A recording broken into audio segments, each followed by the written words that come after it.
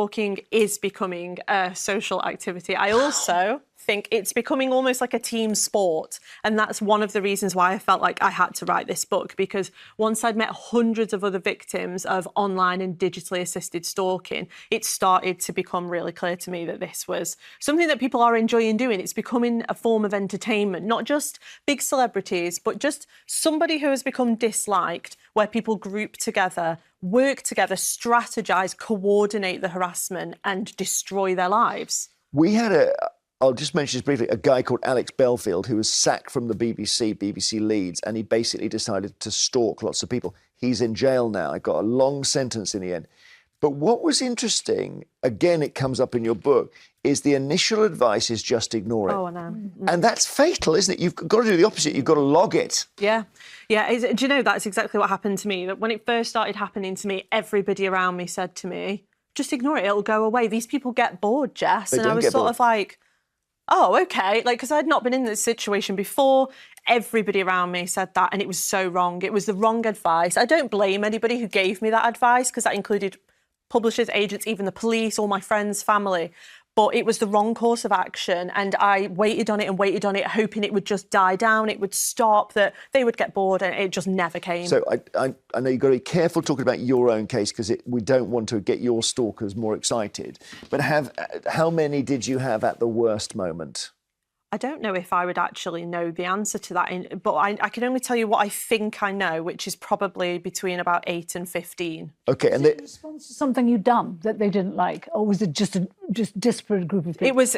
I think originally, from what I can tell, it was not connected originally, and it became connected because websites and fake accounts were set up that brought everybody together.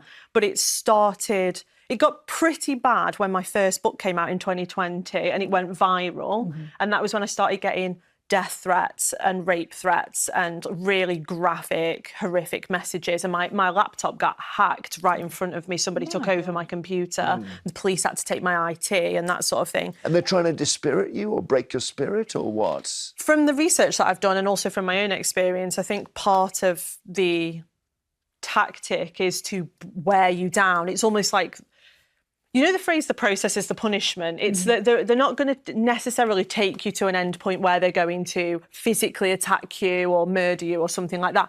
It's that they can use so many different systems against you that you end up so exhausted fighting them and trying to defend yourself, especially because now I think more modern stalkers and online stalkers, they use things like complaints to your employer, complaints to your regulatory body. They go to the police, they put in fake social care reports that you're abusing and neglecting your children. So you get overwhelmed and you spend so much time trying to protect yourself from these people who could be your family and friends in secret.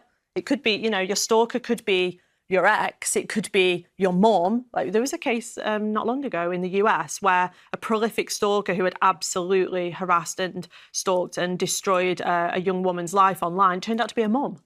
God. Her own mum? Her own mum. It was her own mum using anonymous accounts. Incredible. I mean, These people... Have you ever had this, Carol? Have you ever had... Yes, I have. Yeah. I was just telling Jess in makeup before that I had one... I mean, I have a lot of threats and not that stuff, but I had one guy particularly who was on me the whole time. And it was interesting, I actually rang the cops, and I never have before, but I did on this guy.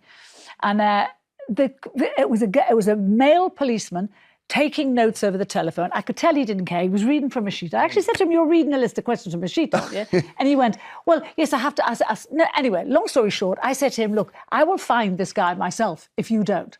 And he said, no, don't do that. Anyway, what happened in the end? We found out where he was from, and the police force in that area acted very quickly. And you know why? Because it was a woman dealing with it. It was a young PC. She took it on. She had the guy in jail within 3 days. Wow. Because he had broken an order. And that didn't happen with your case. No. Do you know what is fun? No, it didn't. But do you know what is fascinating? I had a similar experience in that it was a young woman that clicked in that what was happening to me was really